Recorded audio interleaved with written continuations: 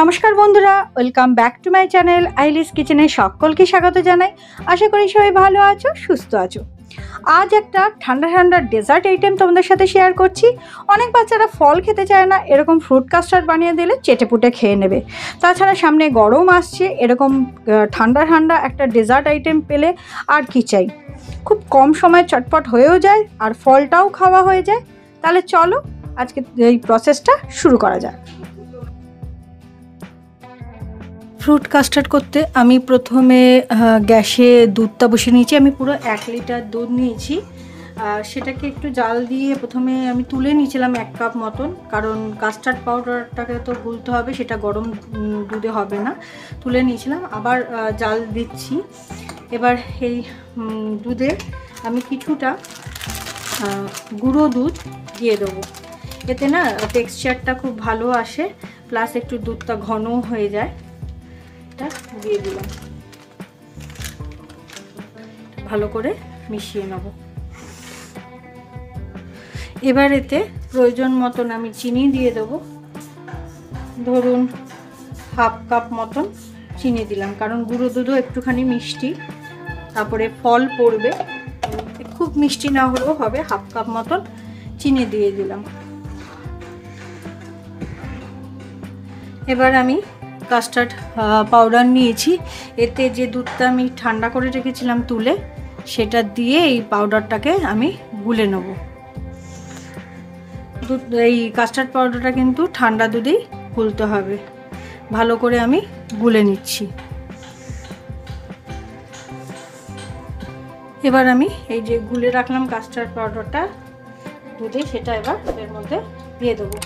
দিয়ে কিন্তু নাড়তে হবে যাতে লাম্পস না হয়ে যায়।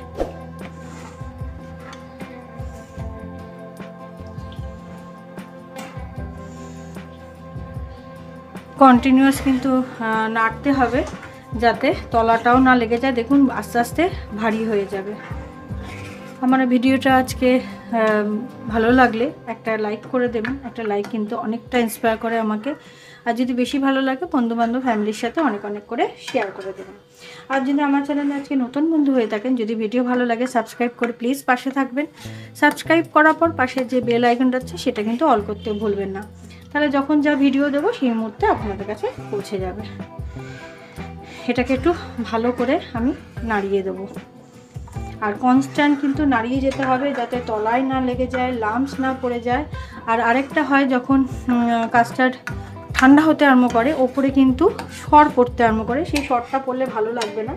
সেহেতু এটাকে নাড়িয়ে যাবেন যাতে উপরে ঠান্ডা হওয়ার সময় সরটা না পড়ে। দেখুন আমার কিন্তু ভারী হতে আরম্ভ করেছে। এবার কন্টিনিউয়াস আমি এটাকে নাড়ব। তো এটাকে রুম টেম্পারেচারে নিয়ে তারপরে আমি এটাকে ফ্রিজে রাখবো। তো ফ্রিজ থেকে নিয়ে ব্যাক করছি। আমি নিয়েছি আমার যতটা ওই 1 লিটারে কাস্টার্ড হয়েছিল আমি এটার মধ্যে পুরো ঢেলে নিয়েছি, কিন্তু এতটা উপর চুপুর থাকলে ফল মেশানোর পর বেশি পড়ে যাবে। তো আমি কিছুটা একটু সরিয়ে নেব, তারপর আমি ফলটা মেশাচ্ছি। আমি একটুখানি সরিয়ে নিয়েছি।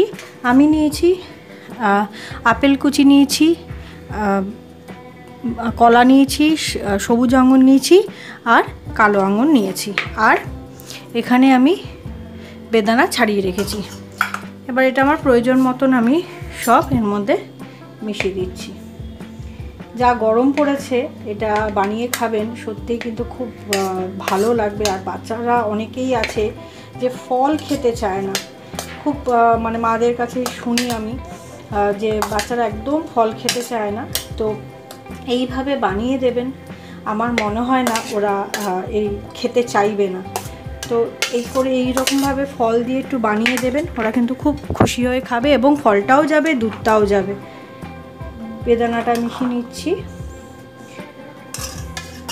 এবার পুরো এই জিনিসটা ভালো করে মিশিয়ে নেব। আমার বাটিটা একটু ছোট হয়ে গেছে, দেখুন।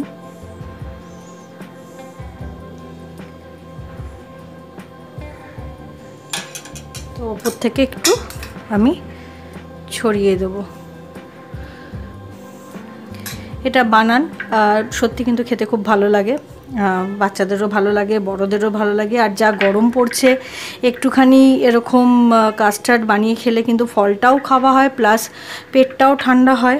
আর এই কাস্টার্ড দিয়ে কিন্তু আরও কিছু হয় রেসিপি, যদি আপনারা বলেন তো আমি সেটাও আপনাদের সাথে শেয়ার করব। তো কেমন লাগলো অবশ্যই কিন্তু কমেন্ট করে জানাবেন। তাহলে আজকের মতন এখানেই শেষ করছি, দেখা হচ্ছে নেক্সট ভিডিও নিয়ে। ততক্ষণ ভালো থাকবেন, সুস্থ থাকবেন, সাবধানে থাকবেন। ধন্যবাদ।